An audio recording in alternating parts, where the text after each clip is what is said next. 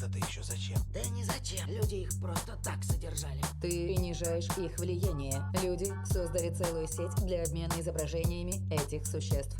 Что оно вытворяет? Только без паники, без резких движений. Подождем, пока оно само слезет. Все будет хорошо. Сколько ждать-то? Часы, возможно, годы. Что если попробовать разозлить его, проведя рукой по кератиновым нитям? Может, тогда оно наконец уйдет?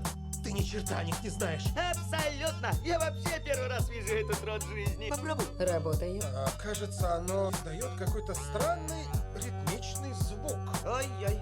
Не хочу тебя пугать, но, судя по всему, ты его активировал. Я, конечно, не спец по таким делам, но когда эта штука смолкнет, она взорвется. Нет, ну бред. Согласно исторической справке, у людей была игра «Взрывные котята». Похоже, гипотеза верна.